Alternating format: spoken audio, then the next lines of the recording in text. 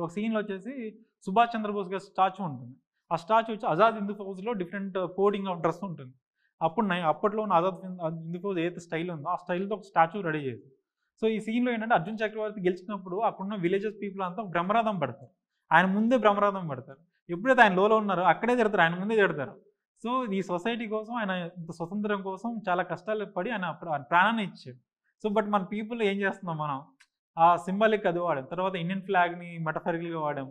తర్వాత rain effect ఉంటుంది sir. Rain effect కూడా హీరోయిన్ క్యారెక్టర్ వచ్చేసి ఒక రెయిన్ తోటి కంపేర్ చేస్తాం. ప్రొఫైల్ షాట్లో కనిపించింది. అవును సార్.